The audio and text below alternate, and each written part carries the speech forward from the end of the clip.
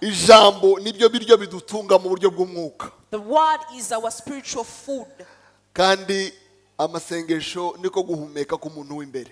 And prayers is the breath of your inner man. Niba udasenga no kuvuga yuko ufite ikibazo cy'ubuhumekero. If you are not prayerful, maybe you have something wrong in your respiratory system. Reka duhaguruke dusome ijambo ry'Imana. So let's read the word of God while standing.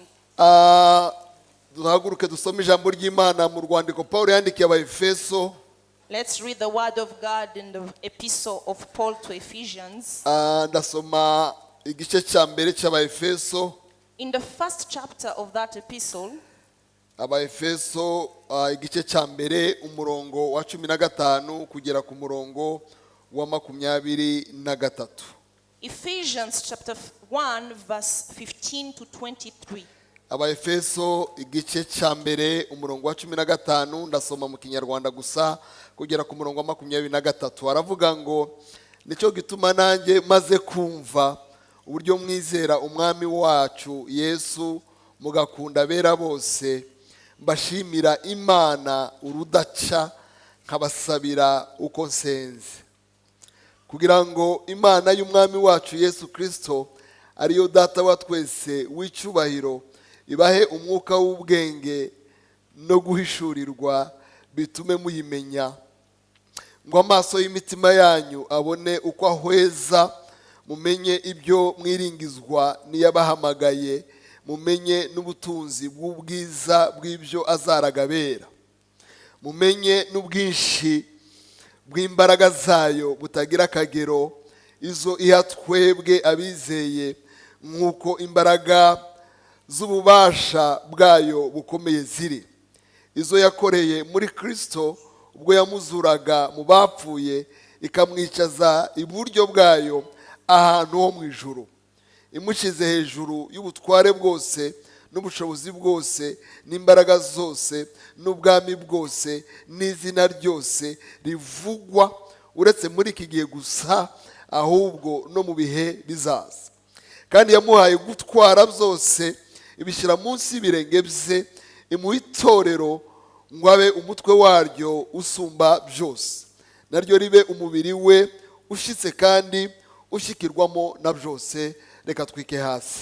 You may take your seats. Reka twongere dukomere Imana amashyi. Let's give another round of applause to God. Narivuze ngo ijambo ry'Imana nibyo biryo by'umwuka. I told you that the word of God is our spiritual food.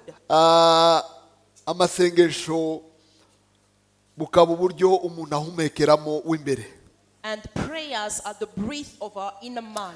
Nuzajya ubona umaze iminsi 2 udasenga ujya umera nk'umuntu umaze iminsi udahumeka. If you find yourself passing 2 days without praying, you know that you have spent 2 days without Nk'uko breathing. mubizi umuntu amaze iminota 2 gusa adahumeka aba yapfuye. As you know, if you spend only 2 minutes without breathing, you are Mu dead. buryo bw'umwuka nubona yuko utakigira amasengesho uzumenya yuko uri mu rupfu rw'umwuka. Now, spiritually speaking, if you are not prayerful anymore, you are not breathing. Nubona nta jambo kirya ujye umenya yuko wishwe n'inzara mu yandi magambo usa nk'urwaye bwake mu buryo bw'umwuka. If you find yourself not listening or reading the word of God, know that you are not fed. Kandi nkuko nkuze kubivuga icyo umuntu agaburiye nicyo gikura nicyo gikomera nicyo kimugira nicyo kimuyobora. As I told you, the one thing you fed in your personality is that thing that will grow, that will make you. Nugaburira umubiri uzabyibuha. If you fed your body, you will get fat. Paulo yageze Atenayi Paul reached to Athens. asanga abantu baba mu idini cyane. He found people indoctrinated. Bari in the religion. baragaburiye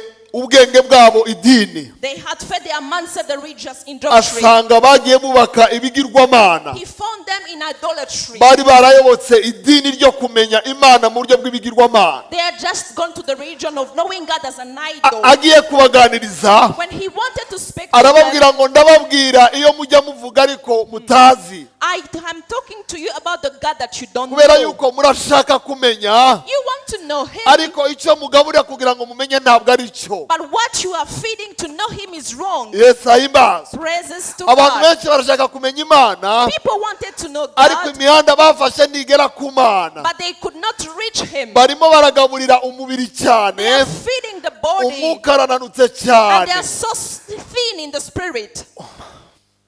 ageze Atene When he reached Athens, ni ahantu bajya bakorera imikino ngororamubiri, it is an amphitheater. ni ahantu bakorera jeux olympique abantu biruka cyane. They have Olympic games. Amaze kuhagera When he reached there, arabandikira he wrote to arababwira them. ngo kwitoza mu by'umubiri He told them ngo exercising bigira the body umumaro is good, muri yes, bikeya. but in few Wogira things musculation, you are so wogira strong, imbaraga, you are so strong, wogira rubaga impande, but you have wojya arthritis. ugenda neza, And we see you walking, wokomera mu buryo bw'umubiri. you are so strong in the Ariko body, aramwandikira but he said, aramubwira ngo said again, kwitoza mu by'umwuka now exercising ngo bigira the spirit umumaro is muri ubu greater buzima in this no mu life buzima and buzaza. after this life. Niwitoza If nyazo you exercise utoza rightly umubiri, and you exercising your ariko body, cyane cyane but mostly ugaburira umwuka, feed your umwuka spirit. kure Your spirit ayobora grows umubiri, and leads the body. umwuka kure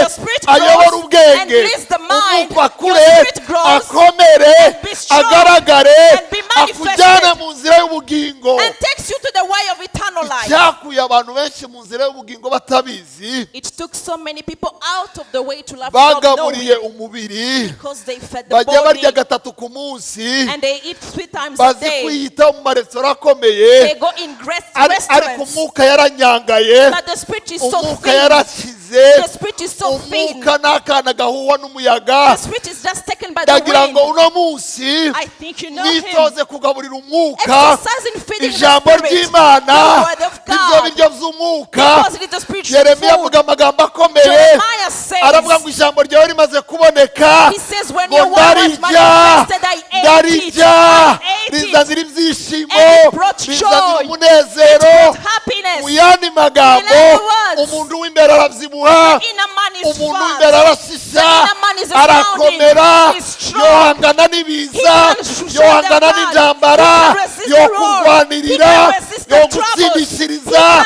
He can yo defeat. kunyuza abandi batanyura. Hallelujah.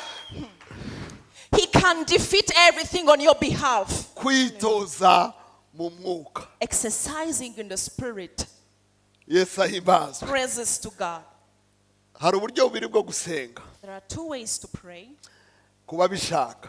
For those who are willing, Hari ukumva uko abandi basenga you can hear what others are praying ukabegera, and you go to them ukabigiraho, and you learn from ukabagira them inshuti, and you befriend them ugasengana nabo. and you pray with them. Nta kintu kijya kinshimisha There is nothing that pleases me nk'umuntu umbwira ngo ndashaka ko dusengana, as hearing someone telling me, I want to pray with kuko hari you, icyo abazanye because there is something they ariko hari bring n'icyo anyigiraho. and there is something they take of me. Nutegera abo musengana, If you go through uzegera what people pray, abanyamatiku, you will go to those who are uzegera abakorana dissipers. n'umwijima. You will go to those who work Ndagira for the ngo dark nkubwire kingdom. ngo I want to uwo tell you, mwegera niwe musa, the person uwo you go mwegera niwe to is the one you mutoza look wawe. like. The person you Iyo befriend is the wegera one you look like. umunyamasengesho, When you go to the prayerful agutoza person, gusenga, they teach you how to agutoza pray. guhumiriza, They teach you how to agutoza go. gufukama, They teach you how to agutoza kneel. kuzamura They teach you how ibiganza, to raise your agutoza hands. ijambo ry'Imana, They teach you the word of agutoza God. kwegera Imana. They teach you to draw close to Icyampa I wish ukegera umunyamasengesho. you befriend a prayerful Uburyo bwa person. kabiri The second way ni ugusoma amasengesho abantu bo muri Bibiliya basenze. is to read the prayers people in the Bible had. Buriya Bibiliya ibamo amasengesho ateye ubwoba akomeye. The Bible contains powerful prayers. Umuntu yosubiramo agasubiramo agasubiramo akuzura umwuka w'Imana. If you will read these prayers over and over again, you'll be filled by the Umuntu Spirit of God. yokubakiraho ubuzima bwe bugahinduka. And you can build your life upon these Yantekereza ku prayers. isengesho rya Yabesi. Sometimes I think about the prayer of Jabez. Yabesi ntabwo yari umwami nka Dawidi. Jabez was not a king like Ntabwo David. yari umuhanuzi nka Eliya, nka Elisa, nka Yesaya, nka Danieli n'abandi bahanuzi He was muzi. not even a prophet like Elijah, Elisha, or other prophets you Ntabwo know in yari the Bible. umutambyi nka Mose, nka Yoshuwa n'abandi muzi. He was not even a priest like Moses or Joshua. Ntabwo yari umurwanyi nka Namani, nka Yefuta n'abandi He muzi. was not a fighter like Naaman or Esther and others you know. Ni igitangaza. It is so amazing. Nta kintu cyiza nko kumenyekana kubera isengesho wasenze. Nothing as good as being known by the prayer of Ukandika praise. isengesho rimwe, And you have only one Bibiliya prayer. yose iyo ivuga kuri Yabesi yarantangaje. And when the Bible speaks about Jabez, I am so buriya surprised. mu gitabo cy'ingoma za kabiri In the book of 2 Chronicles, iyo bavuga ku isengesho rya Yabesi when the Bible mentions the prayer of hari Jabez, ibice nk'icyenda bibanziriza by'icyo gitabo bigenda bivuga amazina y'abantu. it's about 9 chapters that talk about the names of people. ni igitabo cya genealogy kivuga runaka byara runaka runaka byara runaka kuri runaka aba bana nuko nguko bagenda bavuga. All 9 chapters are about genealogy. So and so gave birth to this and they gave birth to this. bagera kuri Yabesi bakavuga ngo Yabesi yarushaga bene se icyubahiro. When the Bible gets to Jabez, the Bible says Jabez was more honorable than his brothers. Yesu ahimbazwe. Praises to God. yarushije bene se icyubahiro. He has more honor than his ntabwo ari icyo brothers. yavukanye. It is not an honor he was yavutse born with. nk'abandi bose. He was born like others. yavutse afite n'izina ribi. He was born with one name. bamwise gahinda. They called him akurira pain. mu gahinda. He grew up in akurira mu sorrow. kababaro. He grew up in aho pain. agiye hose bamwita gahinda. All other people yajya called him gusaba akazi ngo sorrow. gahinda araje. He would say sorrow is yakina coming. n'abandi bana ngo gahinda They araje. would say sorrow is abaturanyi coming. bakavuga ngo gahinda And araje. people would call him umunsi sorrow. umwe One day, aravuga ngo ngiye guhindura He amateka. said, I want to change my uburyo mbindura history. amateka ni ubu How am I ngubu. going to change my ngiye history? kwambaza imana ya I am going Isiraheli. to call upon the God of yambaza Israel. imana ya He called Isiraheli. upon the God of aravuga ngo Israel. mana ya And he said, Isiraheli God of Israel, wicyamba I wish ukagura imbago zawe. expand my icyamba territory. I wish ukandinda akababaro. that you could take away icyamba the pain. I wish ukamba umugisha. that you bless avuga me. isengesho ririmo amagambo ane. Just 4 words in his bibiri prayer. igiye kwandikwa The Bible was about to bavuga read ibisekuruza. about the bageze kuri forefathers. When Yabesi he got to Jabez, bamuvugaho amagambo akomeye. just 4 words. baravuga ngo yari He umunyamasengesho was a prayerful wamaze man. imana And he called imuha upon ibyo God. yasabye And byose. God gave him iyo what he asked for. dupfukamye When we dusenga kneel down tuba praying, twageze aho imana ikorera. we want to get where God iyo works from. twapfukamye dusenga When we kneel tuba down twageze praying, aho imana itangira. we went where God iyo works from. twapfukamye When dusenga we kneel down tuba praying, twageze aho imana igabanira we go n'abantu. where God blesses iyo people. twahagaze dusenga When we kneel down reka praying, duhaguruke dusenge. let's go and reka ubuzima pray. bwacu bubusenga. Let our lifestyle be reka imibereho yacu Let ibisenga. our lifestyle be a duhindura prayerful one. amateka We will change history. bitanyuze mu mazina y'ibyubahiro. Where we just leave the binyuze titles muri minisiteri yitwa iya karago n'ivi. through the mureke ministry called the dusubire mu mattress mavi of dusenga prayers. imana. Let's go mureke back to the dushake altar of imana ya prayers. Isiraheli. Let's pray iki the ni God igihe of cyo Israel. gushaka imana ya And Isiraheli. we will stick the God of itorero Israel. iki ni igihe cyo gusenga. Church, this is the time to pray. iki ni igihe cyo gusenga. This is the time to pray. amasengesho nicyo gipimo nyacyo cy'ubuzima bwo mu mwuka. Prayers is the measure to measure niyo your spiritual life. terimometere It is the thermometer yerekana ubushuhe n'ubukonje. to show the weather. amasengesho yawe yo kwerekana uko uhagaze mu buryo bwo Your mu prayers mwuka. will show you how you are standing nicyo in the gipimo spiritual realm. nyacyo cy'ububyutse. That is the true measure of ushaka revival. kumenya ibyo umuntu yemera When you want to know what beliefs people have, ntuzumve gusa ibyo avuga, do not just listen to what kubera they say. yuko abantu bakunze kuvuga ibyo batemera. Because people, most of the time, they say bagira things they don't ibiganiro believe in. bagirana n'abanyamasengesho, They have talks with prayerful bakagira people, n'ibiganiro bagira hanze and y'itorero, they have talks outside the bagira church. ibiganiro bagirana n'abo basengana, They have talks they have with the bakaba members of the same n'ibiganiro church, bagirana n'abo bajyana mu nzira zindi z'ubupagani. and other talks with the pagans. ariko hari ikintu namenye, But there is something nta I muntu knew. uravuga isengesho ritari icyo yemera. You can never pray nta about muntu something you don't urahaguruka believe. asenga ngo areke gusenga ibiri mu mutima You wiwe. can never pray something that is mu not in yandi your heart. magambo nutangira gusenga In other words, when you start uzatangira praying, kuba wewe, you will start being uzatangira you. guhindura amateka yawe, start changing your uzadomaho bikurya, You will start praying what uzahindura reaches ibigomba you. guhinduka. And you will know what needs to be changed. amasengesho Prayers. amasengesho Prayers. amasengesho. Prayers. reka twigire ku isengesho rya Pawulo. Let's learn from the prayer of Paul. isengesho rya Pawulo niryo nasomye. The prayer of Paul is the one we read. isengesho ngiye kuvugaho riravuga ngo mana uduhumura amaso, niryo jambo nshaka kukubwira. The theme I have for my teaching says, God enlighten my eyes. mana duhumura amaso. God bwira enlighten mugenzi wawe our ngo mana eyes. duhumura amaso, Tell your neighbor, ask God to enlighten your eyes. duhumura amaso y'umutima. Enlighten my spiritual eyes. Nkunda igitabo cy'Abaefeso bantu b'Imana. I love so much the epistle to Ephesians. Iyo usomye igitabo cy'Abaefeso uba umukunzi wa kiriya gitabo. When you read this epistle, you become a lover of Kiri mu it. bitabo bikeya It is among the few books bitangirira mu migisha ikomeye. that starts by great Usomye igice blessings. cya mbere When you read the first umurongo chapter, wa mbere ugera ku murongo wa 14, verse 1 to 14, urabona amagambo akomeye Pawulo ashimira Imana y'imigisha. you will see great words with which Paul praises the Imigisha God of yo mu blessings. mwuka y'ahantu ho mu ijuru. Spiritual blessings in the spiritual realm. Kuba twaratoranijwe n'Imana ntacyo twakoze. Because we're chosen by God without merit. Yesu ahimbazwe. Praises to Kuba God. twarabaye adopte tukaza mu muryango w'Imana. Us being adopted in the family of God. Njya afasha abantu gukora adoption. When you want to adopt a child, Njya afasha gukora adoption. what you will need to do to adopt a child. Njya afasha abantu bakora adoption. I sometimes help people who want to adopt children. Inzi agaciro ko kuba adopte. I know what it means to be adopted. Z'abana babaye adopte mu miryango batavutsemo. I know children who were adopted in families they were never born Z'imigisha in. bafite batari kubona iwabo. I know blessings they have now they could not have in their homes. Rero twabaye adopte. So we were adopted. Pawulo yandikira Timoteyo When Paul wrote to aravuga Timothy, ngo wibuke yuko kera he reminded him of mwari the time abashyitsi, you were mwabaga foreigners. kure, You were mwari foreigners. mutandukanyijwe n'Abanyisirayeli, You were timwari separated from mufite Israelites. shinge na rugero, You didn't nta have mugabane anything. mwagiraga mu You didn't have bwami, any portion in the mwari kingdom. abanyamahanga mutagira You Imana, were foreigners ngo without mwari mu God. isi mutagira You were Imana, in the world ngo ariko without mwebwe God. mwabaga kure, But you were ngo so mwigijwe far and hino were brought near n'ubuntu bw'Imana by the grace of burabazana And he brought bubageza you, mu rugo, took you in bivaho home, kuba mu rugo and instead of muba being abana home, bo mu rugo, you are now children in mugira the home, umugabane, and you have a mugira portion ubutunzi bwose, in all the riches. mufite uburenganzira bwose You have all the nk'ubw'abana, right of the turi children of God. abaraganwa na Kristo, You are courageous with uburenganzira Christ.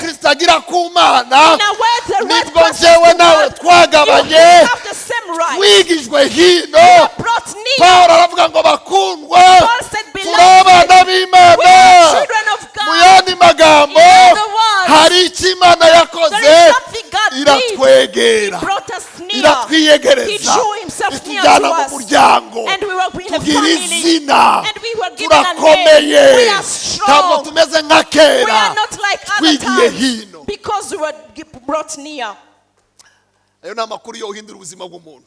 This is a news that will change the life of Arababwira a ngo person. twaracunguwe, He told him we were ngo kandi redeemed twacungujwe amaraso y'agaciro by a gakomeye. great blood with a great Ntabwo ari price. amaraso y'intama, Not the blood ntabwo of ari goats. amaraso y'ibitungwa, Not the blood of ni amaraso sheep. y'umwana w'intama w'Imana, Not the blood of this servant of yavuye God. amaraso yo mu mutima, Because of his blood in the hanyuma heart. arancungura, And we were turi redeemed icyaremwe gishya. by the creation. Niho yavuze ngo iyo umuntu ari muri Kristo Yesu ngo aba ari icyaremwe gishya. This is where he said everybody in Christ Jesus becomes a new creation. Icyaremwe gishya bisobanura iki? What does it mean, a new creation? Umuryango musha, A new family. identite nshasha, And you have a new imitekerereze identity. mishasha, You have new mindset. ubuzima bushasha, You have new imivugire lifestyle. mishasha, You have new speech. umwirondoro mushasha. You have a new Titukira identity. abakera, And we are not twageze counsel mu nzu alone. y'Imana, We are now in the duhabwa presence of God. identite, And we were given an abataragiraga identity. izina And we are bahawe given a name. amazina, We were given abari names. imfubyi Those were babonye orphans. umubyeyi. They had father. Hari icyo Imana yakoze, There are things God did. iratwiyegereza, And he drew close to twarababariwe. And you are redeemed. Ayo ni amakuru yose agenda avuga.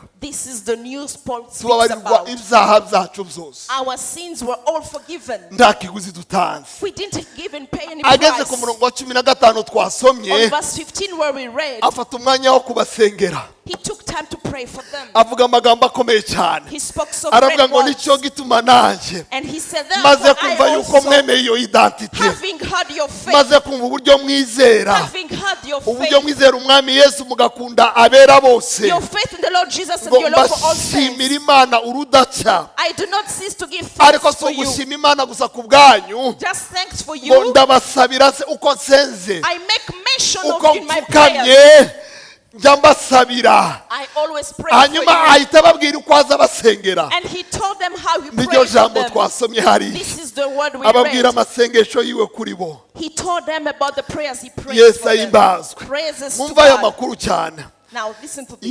yabanje kubabwira amakuru y'ukuri kw'ibyo bahawe. He gave them the news of the faith they received. Nyuma atangira kubasengera ngo bahishurirwe uko kuri bakumenye bakugenderemo. Then he prayed for them to be revealed that truth and know it. Munyumve neza. Listen to this. Paulo yasanze ikibazo abefeso bafite atari ugusaba indi migisha bakeneye.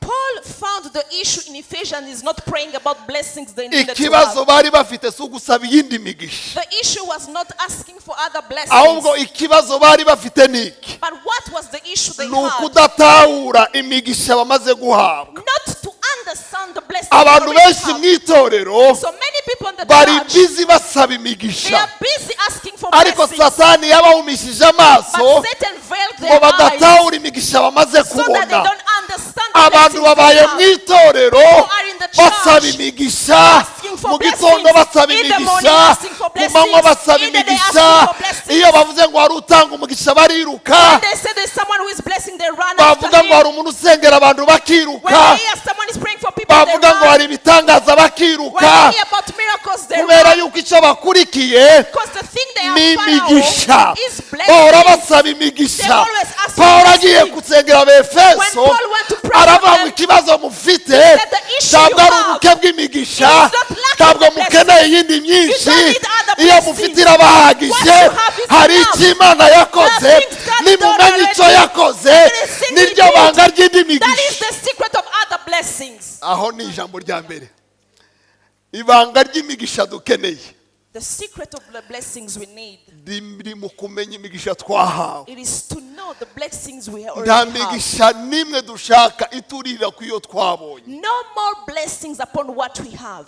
kandi imigisha twabonye niyo ikomeye kuruta iyo twiruka inyuma And yose. the blessings we already have are greater than those we run after. Ni nk'aho Pawulo yavugaga aya magambo, It's as if Paul was saying, yaravuga ngo ntimukeneye kumenya ukuri gushasha, you don't need to know another truth, ngo ahubwo mugendere mu kuri mwamenye. but walk by the truth you already Iryo know. jambo nimurikomera amashyi. Clap for this word. Ntidukeneye cyane kumenya ukuri gushasha, We do not need to know another truth. dukeneye kugendera mu kuri twamenye. We need to walk by the truth we already Tumaze know. imyaka myinshi batubwira Pasika, So many years we talked about Easter. barayitubwiye We barayisobanura, were taught and twabonye explained abigisha Easter. ba teoloji barayivuga, We saw so many tubona theologians speak abigisha about, beza n'ibyiza barayivuga, and so many preachers kandi with good things. turacyakeneye kumenya amakuru ya And Pasika. we still need to know about it. Reka mbabwire, But let me tell icyo you, si cyo kibazo gikomeye that is dufite. not the greatest issue we Ikibazo have. gikomeye dufite The greatest si issue we ukwiruka have inyuma y'ubumenyi bwa Pasika. is to run after the knowledge Igikomeye of Easter. dufite The greatest ni we ukubaho have nk'abamenye Pasika. is to live like Hari people icyo who knew Pasika the yakoze Easter. mu buzima bwacu. When Easter comes in Iyo our umenye lives icyo Pasika yakoze mu buzima and you bwawe, understand what it did akaba in ari our cyo lives, utangira kubaho, we begin to ugatangira live by that. kukigenderamo, You walk by ugatangira it. kugikoreramo, You live by uba it. wahinduye imibereho. And you have changed your history. Igikeneye Imana, iki dukeneyeho none, What God needs of you ntabwo now, ari ukongera amakuru cyane, it is not to have another nubwo news. ubumenyi bukenewe, It is to know what you ariko ni have. ukubanza gushyira mu bikorwa ibyo twamenye. And you practice what you already know. Umenye ngo yapfuye azira ibyaha byaje, If he was killed by my ukagendera sins, muri iryo jambo, and you go by ukavuga that ngo word, yankunze akaramata, and you go by that ukamwita word urwo always, rukundo, and you remember ukavuga that ngo love, yankunze and ndabikwiriye, you said I was loved ukavuga and ngo nzajya not worthy, gushaka mu gitondo mbigushimire. I will praise him in the Ibyo morning. byonyine byongera ubuzima And bwawe. if you only have that in your life, Turagwiza amakuru, you could have news ariko to kuko preach, turagwiza n'urubanza. and you will start by what Mureke you have. dutangire gushyira mu bikorwa ibyo twamenye. Let's start practicing what we know. Yesu ahimbazwe. Praises to God. Abantu bariruka inyuma y'imigisha n'amakuru. People are running after the news and Mureke blessings. dutangire gushyira mu bikorwa ibyo twamenye. Let's start putting in practice what Hari we already umuvugabutumwa know. hose Wherever the good news is ntiwohaja preached, ngo you bizakunde. cannot go there. Hari abavugabutumwa n'abigisha b'ijambo benshi. There are preachers and teachers of the word, so many Hera of kuryo them. wumvise, Start by the one you urishyire mu heard bikorwa. and practice Nihakenerwa it. irindi, And if there is naryo something else who uryumve, comes and you urishyire mu listen bikorwa. and you practice it. Yakobo aravuga amagambo akomeye, James said so great aravuga words. ngo ndimuwabumva ijambo gusa, He said, do not be just ngo listeners ahubwo of the word, mushyire mu bikorwa. but be doers doers of the word. Satani ntiyakubuza kumva ijambo, If Satan hinders you from listening to the ariko word, azakubuza kumva ibyo gukora ibyo wumvise. but he allows at least you to practice what you have. Ntiyakubuza guhindura He abakwigisha. will never hinder you to change those who teach you. Yakwemera ugahindura abigisha ukajya ugenda You bakakwigisha, can change your teachers as many as you want, ariko azakubuza guhindurwa n'ibyo but bakwigisha. he will hinder you to be changed by what they teach you. Icyampa I aho wish guhindura abigisha cyane instead of changing the tugahindurwa teachers, n'izo twize, you are changed by what ibyo you are taught, twamenye what we knew, bihindura imibereho to yacu, change your ibyo lifestyle, twamenye what we knew, bihindura imivugire yacu, to change your ibyo speech, twamenye what we knew, bihindura imikorere to yacu, change our ibyo system, twamenye we knew, bihindura imitekerereze to yacu, change our ibyo mindsets, twamenye. what we know already. Paulo asengera abefeso When Paul prayed for the Ephesians, ntiyavuze ngo bakumenye, he didn't say for them to know ahubwo you, yarasenze ngo avuga ngo barakuzi, but he said they know you already, ariko bafashe bahindurwe no kuba barakumenye. but help them to change by the knowledge they Nicyo have of you. gisobanuro buriya barakuzi, That is the meaning. They know you, God. hari ubumenyi bafite, There is a knowledge they have of you, ariko reka bubahindure. but at least let that knowledge change Kumenya them. Imana ni kimwe, To know God is one kubaho thing, nk'uwayimenye ni ikindi, but to have known Him is another thing. guhindurwa nk'abayimenye ni ikindi, To be changed as people who know kwitwara God, nk'abakristo ni ikindi. and now to be called Christian is one thing. Imbuto Fruits nibyo dukora tumaze kumenya. is the things we do after knowing God. Yesu ahimbazwe. Praises to God. Imbuto Fruits nibyo dukora tumaze kumenya. are the things we do after knowing God. Niba ugawa mu mbuto, niba ugawa mu mbuto, If you are fruitful, ni ukuvuga ngo gushyira ijambo mu bikorwa ni zeru kuri wewe. that means to, if you are not fruitful, that means to put in practice the Mu word of God bumenyi is now bw'ijambo to you. si umuntu areberwa, To know the word is not something to mu look through, myitwarire ya nyuma yo kuryumva niwe umukristo areberwa. but instead your behavior after reading the Tujya word. twitwara gute iyo twumvise ijambo bantu How do we b'Imana? conduct ourselves after listening to the word? Hariho levels cyangwa nivo nk'eshatu zo kumenya. There are around 3 levels you can use to tell. Level ya mbere y'ubumenyi ni amakuru rusange. The first level of knowledge is general news. Reka mbaho urugero. Let me give you an example. Amakuru rusange. General news. Uno munsi ngira amakuru rusange kuri perezida wa Kenya witwa Uhuru. Today we have general news about the president of Kenya called Uhuru Kenyatta. Mugiraho amakuru rusange pe. I just have general news about him. No kubwira yuko bamwe ishyaka ryitwa Jubilee. I can tell you that he is a party called No kubwira Jubilee. ukunda akunda kwambara. I can tell you about his way No of kubwira dressing, ukunda akunda kwifata gutya. how he likes to take No himself kubwira like ukunda this, ajya agenda. how he walks. No pe hari uduce twinshi muziho. That's all I can know about him. Umunyeretse ku shusho no kubwira ngo niwe. If you show me his picture, I can tell he's the one. Mburiranye nawe ayavuga kuri radiyo ndaye mubona nomenya ko ari we. If he speaks on the radio, I just hear the voice, I can tell he's the one. Ariko ayo nta makuru rusange. But those are common news. Umuntu wese wahuye nawe cyangwa wamwumvise arayazi. Every person you can meet on this world, they know the same news Kuko as I do. sinovuga ngo ndamuzi I nyabyo. cannot say that I know him truly. Common sense ari uko zitubwira Imana. Because there are some things we will know about God. Umuntu wese utekereza utarwaye hari amakuru y'Imana amenya muri rusange.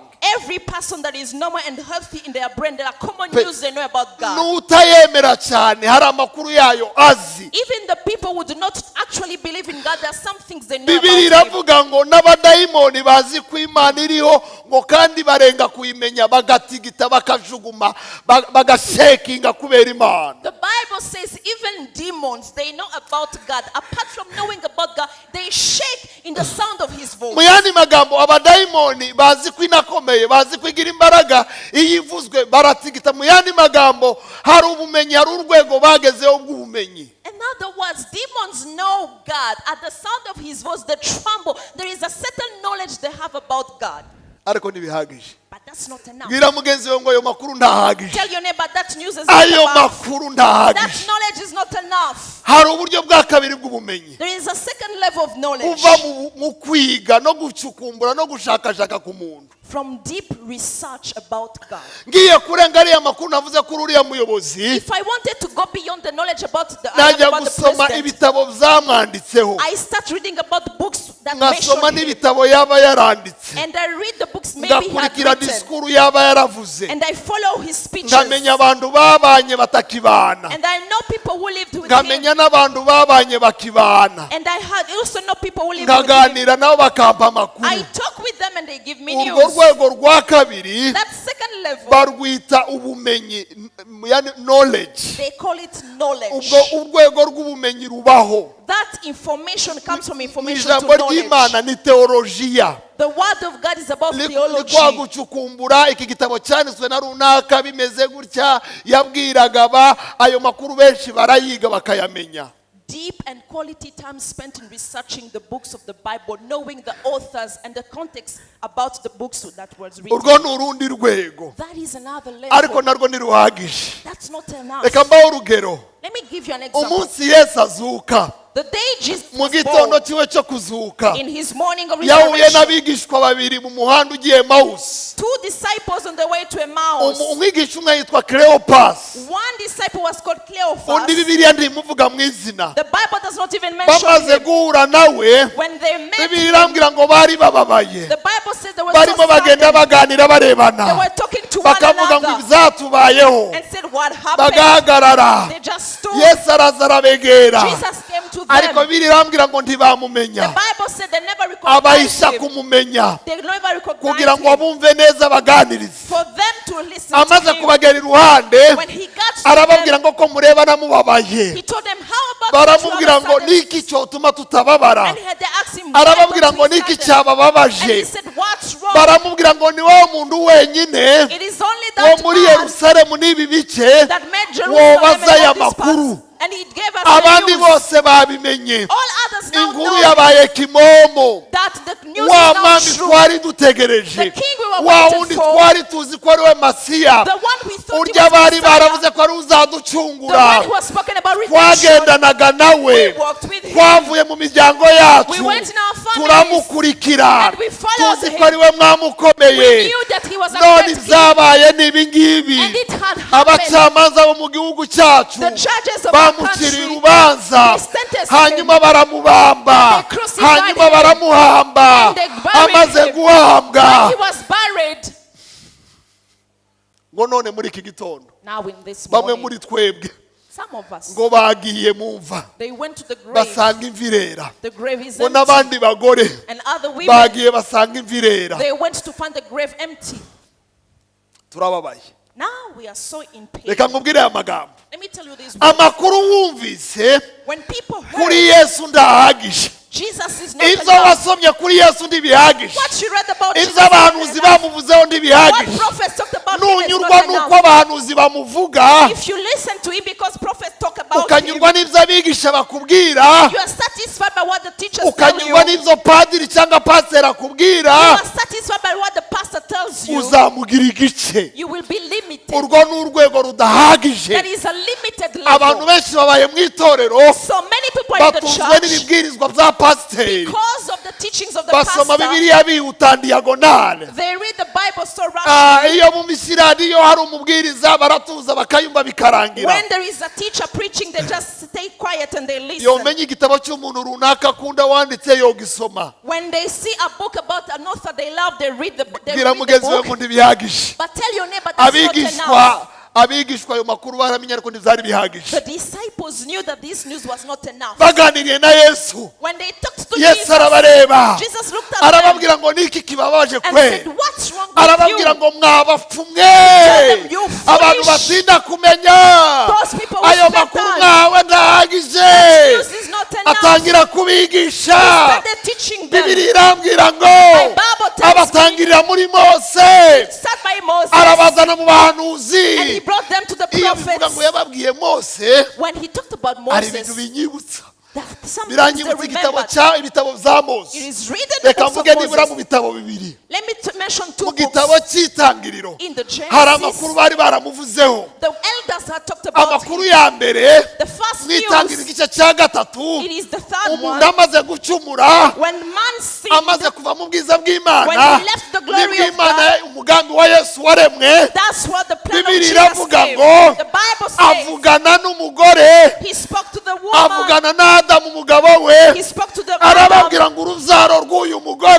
That the offspring of this ruzakandagira woman, inzoka that we trample ruyimbe the snake n'umutwe and crush the head. azazuka mu yandi He magambo will rise, in other niko words. kubabwira ngo I want to tell you, niki gituma mutibuka why is it that you don't mwibuke ko ari remember? ubuhanuzi mw'itangiriro Remember the prophecy in yarazutse Genesis. He was inzoka risen. yayimenye umutwe crushed the ni head of the muzima snake. He's alive. reka tumukomere amashyi Let's round the applause. ni umwami w'abami The Lord of Lords. niko kubabwira ngo mwamumenye ibice I think you have known him in mwamenye parts. yuko ashinguwe You know he is buried. ariko mwagombye kuba mwaramenye yuko azamena inzo ku mutwe akazuka But you should know that one day he will crush the head of the snake and be risen. mu gutegeka kwa kabiri In Deuteronomy, imana ibwira mose when God spoke to iramubwira ngo Moses, nzabahagurukiriza undi he muhanuzi said that I will raise another prophet ijambo guhagurutsa mu cyongereza to rise. haravuga ngo he will rise among azazuka muri mwe azahaguruka muri mwe He will rise among you. ntabwo ari uwo guhariranwa n'iva He is not to be holding the grave. azahaguruka He will nyuma rise. y'iminsi itatu After 3 ni days, muzima he is alive. atangiye kubigisha When he taught them abakura muri ibyo bitabo from those abazana books mu bahanuzi to the prophets, uko yari yarahanuwe why was uko prophesied azaba about ameze how he will yesaya be. yari yaramubonye Isaiah had aravuga ngo seen him. azarama live eternally. uwo azarama eternally. ngo imibereho ni iy'iteka ryose He is eternal. ni arufa na omega He is Alpha and ntabwo Omega. urupfu rwamuherana The grave cannot atangira hold him. kubigisha He starts atangiye teaching them. kubigisha He batangira starts teaching them. kuzuka And they batangiye understood. kuzuka batangira They kwishima understood. They ngo understood. bagera nk'ahantu barenga aho bari bagiye And they even went yesu above wasa where nk'uwihuta ashaka kubasiga And Jesus left baramwinginga them. ngo garuka They told him, come back. agarutse When he came niho back, ubumenyi bwa gatatu levo ya gatatu y'ubumenyi itangirira that's what the third level of knowledge comes. yesu ahimbazwe Praises to agarutse God. mu nzu When he came back to the batangira house, gusabana he began to dore fellowship uko with them. bimeze That's how it is. urwego rwa gatatu The third level rw'ubumenyi of ni knowledge ugusabana n'imana is communion with iyo God. wasabanye When n'imana you commune with God, urayimenya you know him. reka mbabwire Let me tell you, maze imyaka 15 tubana n'umugore 15 years I have been with my ziko wife. ibintu akunda ndabizi I know what she likes. ibintu yanga ndabizi I know what she does not like. ibimurakaza ndabizi I know what makes her ibimubabaza angry. ndabizi I know what makes her painful. ibyamushimishe ndabizi I know what ibyo makes arya her. ndabizi I know her ibyo food. yanga kurya ndabizi I know what she does not mu like to yandi eat. magambo In other ntabwo words, nabimenye tutarabana I could not know it before we nabimenyeshejwe got married. n'ubusabane It was just iyo my usabanye fellowship. n'imana When you fellowship with iguheza God, ubumenyi takes you to iyo knowledge. wegereye imana You draw close to irakwegera God. He draws close to you. negera imana You draw close nayo to God. izabegera And he will draw close to hanyuma you. ibiyereke And he will reveal himself to you. bamubwiye ngo sangira natwe He told him, may I partake with mu yandi you. magambo bari bamuhamagaye mu In busabane other words, they invited him to agezemo partake with asanga them. bafite umugati When he found them there, bibiri he found irambwira him ngo atangira bread. kumanyagura The umugati Bible says he broke the atangiye bread. kumanyagura When umugati he broke the bread, agira ukuntu yawumanyaguraga they looked at him. baravuga ngo uyu ni wa wundi They said, "He is nta the wundi one." uramanyagura umugati gutya Ha. nta wundi uratangira kugaburira abandi atararya babona arabagaburiye baravuga ngo aratugaburiye batangira kwishima ubuzima burahinduka barahaguruka batangiye kumureba. They looked at him the way he's breaking the bread and they said, he's the one. No one else could have broken the bread as he's doing because they knew his manners. They knew how he did things. They knew how he partake the supper of the Lord. Now they know how Jesus is doing things. That's where you will know him. nushaka kumenya Yesu If you want to know Jesus, uzamutumira iwawe musangire. you will know how you ijambo partake ry'Imana with riravuga him. ngo The Bible mpagaze says, ku rugi ndakomanga he's ngo standing on umuntu the niyumva door. ijwi ryaje If you ngo open, akingura he will ngo open. nzinjire iwiwe I will come in dusangire and partake with dusabane them. I will partake with tubane them. Fellowship with nimusangira them. na We Yesu share with them. uzamumenya You will know amakuru him. wabwiwe ndahagije And you will not have ubusabane the news you have about him is ubusabane not enough, but afite fellowship. uko abayeho There is a afite uko lifestyle. avuga He has a agira way of imvugo speaking. igivuga He has a way agira of speaking. ukuntu areba He has a way of agira looking. ukuntu agabura He has a way of agira sharing ukuntu food. asura imitima He has a way of baraganira batangiye kuganira arabura When they talk, amaze he just kubura disappeared. bararebana When he baravuga disappeared, ngo they ni looked we Oh. ngo dore ikimenyetso Now this is w'igihe a yari sign. kumwe natwe He was with w'imitima us. yacu yari ikeye He has given niwe what ujya he ugera mu has. mitima igaca And what he had, niwe he ujya has ugera mu given. mitima akayikiza Now he has niwe taken ujya us. utanga ubuzima aho butari buri He has taken us umuryango brought life when there was umwami w'abami The King of gusabana Kings, n'Imana to fellowship kwegera with God, Imana to draw gusangira close to God, n'Imana to commune with kugendana God, n'Imana to walk with kuvugana God, n'Imana to sit with ubuzima God, burimo to walk Imana. with God. Hallelujah. Numva ngiye gusoreza ahangaha I think I am going to conclude by this.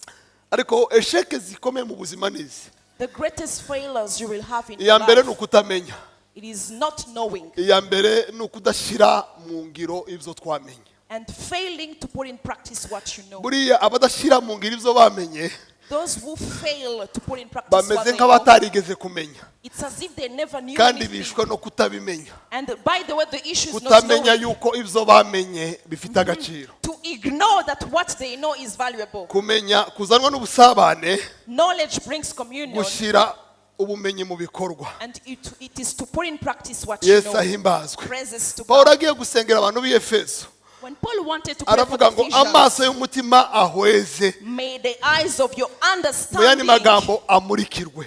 in other words, to be enlightened. Reka mbabwire niwo mutima w'isengesho ryiwe ku ba Efeso. That is the core of his prayer to the Reka Ephesians. umutima ugira amaso. The heart has Buriya eyes. abantu bazi amaso asanzwe ariko umutima ugira amaso. People sees this pair of eyes we have, Kandi but the Pawulo heart has avuga eyes. umutima, When he speaks about the heart, ntiyavugaga umutima w'inyama uba munsi y'ibere. he did not mention this physical heart we have. No. Wa wundi utuma amaraso asirikira mu mubiri, no way. The Si we one yavugaga. that pumps blood in the veins, that's not what he mentioned. Yavugaga umuntu w'imbere. He was speaking about the Yaravuga ngo inner umuntu man. wanyu w'imbere May your inner man ahumuke. be enlightened. Amaso yanyu y'inyuma May your arabona, inner eyes, ariko umuntu w'imbere ashobora kuba ahumye. but you have your eyes that can look, but your Umutima inner niwo man is muntu blind. nyawe. The heart of the inner man is Niho the true person. ibyemezo bifatirwa. That's where your decisions are taken. Niho hatanga icyerekezo cy'ubuzima. That's where you give direction to your life. Niho hagutuma gukora ibyo uzi ukora. That's what sends you to do what you are Niho doing. hagukundisha ibyanditswe cyangwa akabiguhuza. That's the thing that makes you to love the scriptures or Niho not. hagufasha kuzuka cyangwa agagufasha kugwa. That's what makes you to rise up or to fall down. Mu yandi magambo, In other words, amaso y'umubiri ashobora kukwereka ibintu, these eyes can show you ariko some iteka things, uzayoborwa n'amaso y'umutima. but you are seeing them by the inner Niyo heart. mpamvu abantu benshi baba mu itorero, This is why so many people in the amaso church, y'umutima yarahumye, and their eyes of the heart ay'umubiri are blind, akabona, but they look at you. bagakora nk'aho batabona. It's as if they don't see you. Buriya iyo umuntu agiye ku mugore utari uwo agatangira kumubwira ibintu bitandukanye, When you go to a wife that is not yours and you start dating biba her, bivuga ngo amaso y'umubiri karabona ko atari uwe, the Bible says that the eyes of your flesh have seen ariko them, and amaso you will ask, y'umutima niyo amuyobora akaramubwira ko ariko bimeze. but the eyes of your heart is the one leading you and Amaso directing you. y'umutima akakubwira ngo fine fine komeza. And the eyes of your heart tells you, go Amaso ahead. y'umutima akakubwira ngo uyu si we mugabo wawe, The eyes of your heart tells you, this is akakubwira not ngo your uyu si we husband. mugore wawe, This is not your wife. akakubwira ngo aya mafaranga si ayawe, This money is not ibi wowe yours. ujya kwiha si ibyawe. The things that you aren't going to give Amaso yourself as y'umutima yabaye not yours. impumyi, Because the eyes of your heart byahaye are blind. atandukanya, That you cannot differentiate. aravanga, They are mingling. hanyuma akayobora umuntu wese. And you look at anybody Amaso y'umutima adakize, and make you not to amaso duplicate. y'umubiri ntacyo azakumarira. And the eyes of your flesh will never be of any use. Abafarisayo The Pharisees bagiraga ubumenyi budasanzwe, had so great knowledge. nibo bantu ba mbere bagiraga ubumenyi, They were the first people that were knowledgeable. bagiraga amakuru rusange, They had common news. bagiraga ubucukumbuzi bwose na komantere za Bibiliya. They had deep research and commentaries of the Nibo Bible. bonyine bari abiru b'ubuhanuzi n'ibyanditswe. They were the only ones to have true knowledge about the prophecies and scriptures. Tradition orale yose nibo bari bayibizi. All the oral interpretation of the Bible, they Ba- had it. bari bameze nk'abiru mu bwami bw'u Rwanda, They were like scriptures in the kingdom of bari Rwanda. bazi amategeko yose, They knew all the laws, ariko barabizanye babibika mu mutwe, but it was only in the brain. bananirwa kubigeza mu mutima. They cannot reach the heart. Urugendo rurerure umuntu aza akora mu isi, The long journey you will have in this world, n'isi y'umwuka, in the spiritual realm, rugoye rwananiye benshi, that is very great ni hard to ugukura ibintu mu others, bwonko is to take things bikagera from the mu brain mutima. to come in the Abantu heart. benshi bafite ibyo babitse mu bwonko, So many people have things in the azi mind. ibyanditswe byinshi, They know the ariko iyo scriptures, asohotseho n'amagambo avuga, but you see them, but the words they ujya say. umureba ukabaza uracyari muzima, aya magambo niwo yavuze. And you looked at them and say, are you still alive? You're the one who said Ibyanditswe this word. ibyanditswe ntabiyobewe. They know all the Ariko scriptures, ntiryavuye mu mutwe ngo rigere mu mutima. but they never quit the brain to the Niyo heart. mpamvu Paulo yavugaga ngo This is why Paul said, gerageza gukora ibyo nkora, I try to do ibibi what I do, bikantanga imbere, and the evil umutima comes urabizi ko before. ari bibi, And I know that it's hanyuma ubwenge evil, bugashaka but kunyobora. my mind wants to Mana lead me, nkuramo ibitekerezo byo mu mutwe, and I take captive of the aravuga thoughts ngo muyoborwe n'umwuka, and say, be led by ngo the nimuyoborwa Spirit. n'umwuka If you are led by the ntimuzongera Spirit, kwemera ubwenge, not allow your ntimuzongera mind, gukundira kamere. not allow your Kamere the flesh, iyoborwa n'umwuka, led by the Spirit, umwuka aba mu mutima. and it sticks in the heart. Cyoreje kuri aya magambo, Church, by this ubuzima one I bwawe conclude. bukeneye umwuka w'Imana, Your life needs the Spirit of God. ubuzima bwawe bukeneye ijambo Your ry'Imana, life needs the Word of ubuzima bwawe God. bukeneye amasengesho. Your life needs prayers. Nibwo buryo bwa bumenyi bwa gatatu That navugaga. is the second way I was talking about. Imana ibwira Mose ngo ugende wubake ihema ry'ibonaniro, God told Moses, go and build the tent of arishyiramo affliction. ibice bitatu. And he put in there three Igice parts. cya mbere cyari aho binjirira, The first part was the entrance hari muri koridoro, in the abantu corridor. bose barahijiraga. All people could Aho hari access. ahantu muri rusange, It was a ni muri common bwa bumenyi space. rusange. It was a common Aramubwira ngo space. urenge aho hantu, And he go ugere mu beyond. cyumba cya kabiri, And the ngo second part, cyitwe ahera. be called the Ngo holy aho place. ngaho And that, uzashyira ibicaniro by'amatabaza birindwi pull on the 12 stands bimurikira abahageze. to enlighten those who are Nibutse there. Zaburi ivuga ngo I remember the psalm ijambo that says, ryawe your ni word itabaza ry'ibirenge is byanjye. the lamp to my Iyo feet. ugeze mu cyumba cya When kabiri you go to the uhura second room, n'ijambo ry'Imana you meet the word of rigatangira God, kumurika. and it leaves Iyo your ritangiye space. kumurika When it leaves your space, utangira kubona, you can see. hari amakuru utangira There are kumenya. news you start to Iyo hear. ukomeje imbere When you go beyond, ugera ahera you go ahera, to the holy of ahera holies, the ahera holy of ni mu holies, bwiza in bw'Imana, the glory ni of mu God, busabane. in the communion. Aho hantu That space, niho habaga inkoni ya Mose, only Moses, niho habaga manu, only the man naho was abantu there, basangirira. where people eat Iyo ugeze muri together. icyo cyumba When you go to that ubona space, Imana imbona kubone. You could see God face to Ku face. musaraba amakuru yabayeho, On the cross, the ibyumba news, byose byakuwemo amarembo,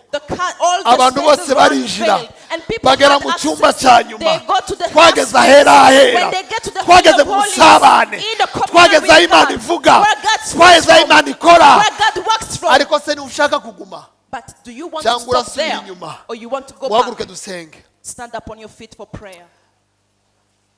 Pawulo asenga isengesho ryiza cyane, Paul prayed a wonderful prayer. aravuga ngo ndasaba He said, I ngo pray amaso yabo y'imitima that their eyes of understanding ahwezwe, be enlightened abone, to see. kuko aho batinze siyo bagombaga gutinda, Because where they spend so much time is not they should aho stop. bari siyo bagombaga kuba They bari. should not stop where they are. Ntacyafasha umuntu uri ahatari kuhava uretse kumubwira no kumusengera ngo hafi. Nothing would help a person to go beyond the space where they are unless praying for them. Ubanye n'umugore w'umusambanyi nta kundi wobigenza uretse kumusengera, ntiwomukubita ngo bizahindure. If you live with an adulterous woman, you cannot leave her. You just pray for her. Ubanye n'umugabo ubeshya cyangwa uteranya cyangwa usebanya cyangwa wakanwa karekare, nta kundi wobigenza no kumusengera, nicyo cyonyine wokora. Amagambo ntacyo yomuhindura. If you live with a man that is too talkative and say things that are pointless, there is nothing else you could do apart from praying for him. Ubaye n'umuntu w'umusinzi nta kindi wakora. Nshuti zanjye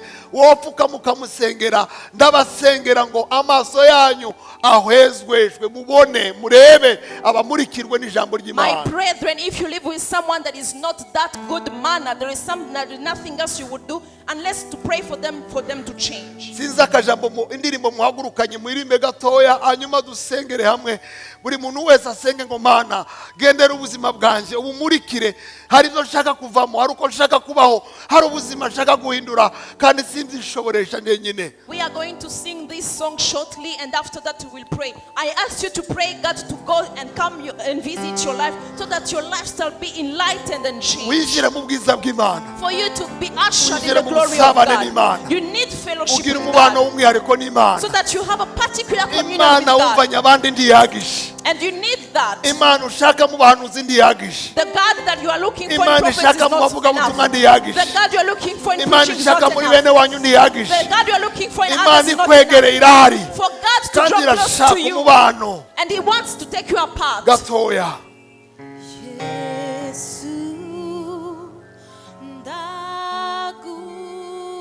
ndagukunda cyane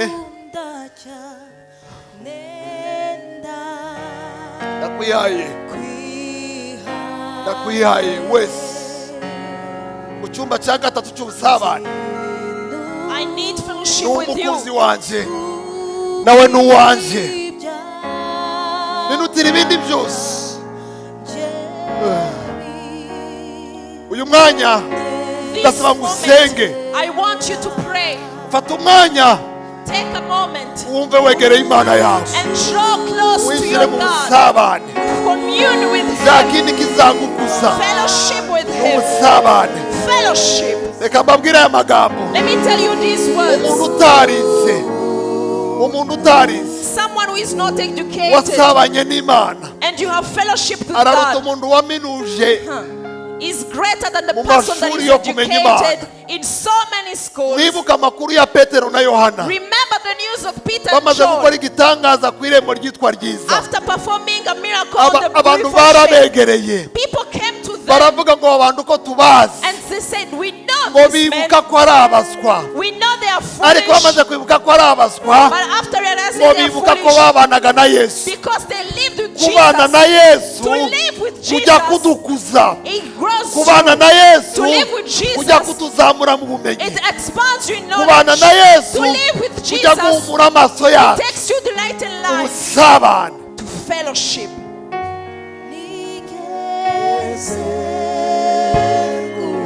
Ntabwo nigeze ngukunda uko ngukunda ubu. Icyampa ukazana urukundo rwose rwa kera, urwa none rukaruruta. I wish that you bring back the first love that you had in the beginning.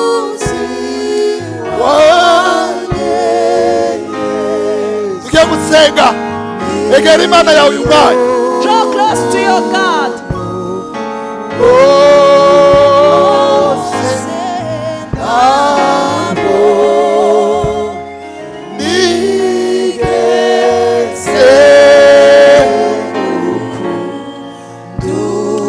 Ngiye gusengera abantu uyu mwanya. I want to pray for people here. Niba wumva ukeneye amasengesho y'ubusabane, If you need prayers to Utambuke get your hano. communion with God, step forward. uyu mwanya utambuke hano. Step forward. Nturebe abandi bantu, Do not fear Uba other cyane, people. utambuke hano. Just step forward. ugire ubusabane bwawe n'Imana. Your communion with Amakuru God wabwiwe ndahagije. is not enough. Iki ni igihe cyo gusabana This is n'Imana. the time to Uve fellowship mu with bandi God. benshi, Step your utambuke hano.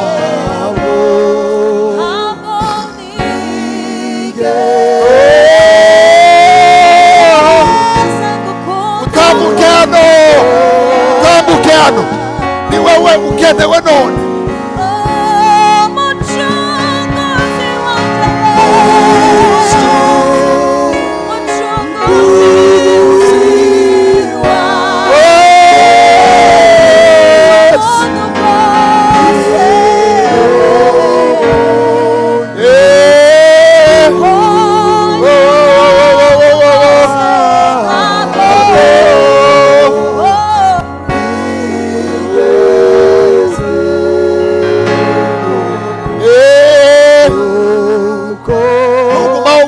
Utambuke hano, utambuke dusenga usabane n'Imana. Now Iki ni pray. igihe utazigera ubona ikindi gihe uretse amahirwe uhawe none. This Winjire is mu rwego rwa gatatu rw'ubusabane. This Urwego is- wari uriho ntiruhagije. Ntiwongere kureba abandi, utambuke. Ndagusaba nshuti yanjye utambuke. Ntabwo mfite umwanya wo kukwinginga, utambuke. Iki ni igihe ubuzima bwawe bwohinduka. Wabwiwe amakuru ya Yesu, ujye usoma Bibiliya ntunayumve wenyine. Ndagira ngo ngufashe winjire mu rwego rw'ubusabane. Iki cyumweru gitandukane n'ibindi byumweru wagize. Uku kwezi gutandukane n'andi mezi wagize. Uyu mwaka utandukane n'indi myaka wagize. Iki kiba igihe cyo gusurwa n'Imana. This is a time and opportunity you are given to change the history of your life, to get to the third knowledge you can have of God. This is a time you will change your life from this week to the month to this month, not to be the same again. Please step forward if you want to be praised. Ntabwo nigeze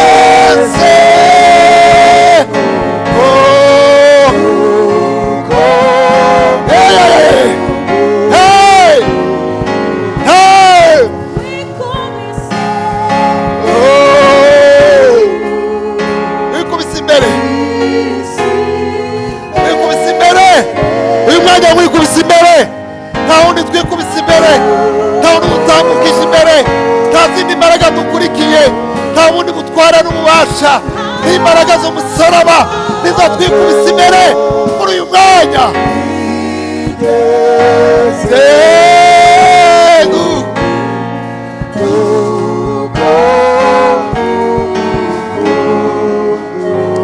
Reka abandi bose turambura ibiganza. Let's all of us stretch our Reka bene hands. data bari imbere nabo barambura ibiganza. Let's even the singers stretch Ubwire forth their Imana hands. ngo Tell God amakuru numvanye abandi the arahagije. news I heard of you Uno to n'umunsi others, dusabana. to about the Ndashaka communion. guhura nawe. I want to Ndashaka encounter kugira you. amakuru y'impamo. I want to have truthful Namenye yuko news. ugisangira n'abantu. To know that you are separate Namenye from yuko people. ukigaragariza abantu. To know that you do not Namenye reveal yuko to people. ugisabana n'abantu. To know that you have communion Namenye yuko with ukiri people. umwami w'abantu. To know that you are the Lord of lords. Birahagije. Yes, is Uno enough. munsi As I ndashaka know indi you, ntambwe. I want Zamura another ibiganza space. usenge. Bwira Imana yawe. Talk to your Mana God. ikomeye. God, the Twaje mu powerful God. busabane. Give me the communion. Twaje mu mubano. We want to be Twaje one. kukwegera. We want to draw close Abantu to you. bakurikiye abandi. People have tried others, Barabadeseva. and they cursed you. Bakoranye nabo imyaka myinshi. They lived with you many years. Barabadeseva. Now they're Nta here. muntu wakurikiye wowe. No one has followed you Wabaye desu. that have been Nta muntu disappointed. wagukuriye. No one has followed you Utarakumenye nyabyo. that has never Nta known muntu you. wagukoreye. No one has served you Utigaragarije. that you never Ndambiwe revealed. kukumva n'abandi. Did I want to Ndiye others? ndambiwe kumenya amakuru yawe anyuze ku bandi. I don't want to hear about you Ndambiwe from kubwira abantu ngo others. bansengere. I want to know Ndashaka uno to pray for munsi you. I want to kwinjira mu pray ihema ry'ibonaniro. to come into the Ujye mu tent, cyumba cya kure. to go to your room Wigaragaze Mana. and reveal Wigaragaze yourself. Mana. Reveal Wigaragaze yourself. Mana. Reveal Wigaragaze yourself. Mana. Reveal Wigaragaze yourself. Mana. Reveal Wigaragaze yourself. Mana. Reveal Wigaragaze yourself. Mana. Reveal Wigaragaze yourself. Mana. Reveal Wigaragaze yourself. Mana. Wigaragaze Mana. Wigaragaze Mana. Wigaragaze Mana. Wigaragaze Mana. Wigaragaze Mana. Wigaragaze Mana. Wigaragaze Mana. Wigaragaze Mana. Wigaragaze Mana. Wigaragaze Mana. Wigaragaze Mana. Wigaragaze Mana. Wigaragaze Mana. Wigaragaze Mana. Wigaragaze Mana. Wigaragaze Mana. Imbaraga zawe. Imbaraga zikomeye. Imbaraga zikomeye. Imbaraga zikomeye. Imbaraga zikomeye. Imbaraga zikomeye. Imbaraga zikomeye. Imbaraga zikomeye. Imbaraga zikomeye. Imbaraga zikomeye. Imbaraga z'Imana. Imbaraga z'Imana. Imbaraga z'igororoka. Ubwiza bwawe mwami bugendagende hano hantu. Remero mangadishe. Kitelegere mekuru mangadishe. Ele mekuru mangadishe legrebe. Murakoze. Reka dukomere Imana amashyi. Let's give a round of applause to God. Zemwe turu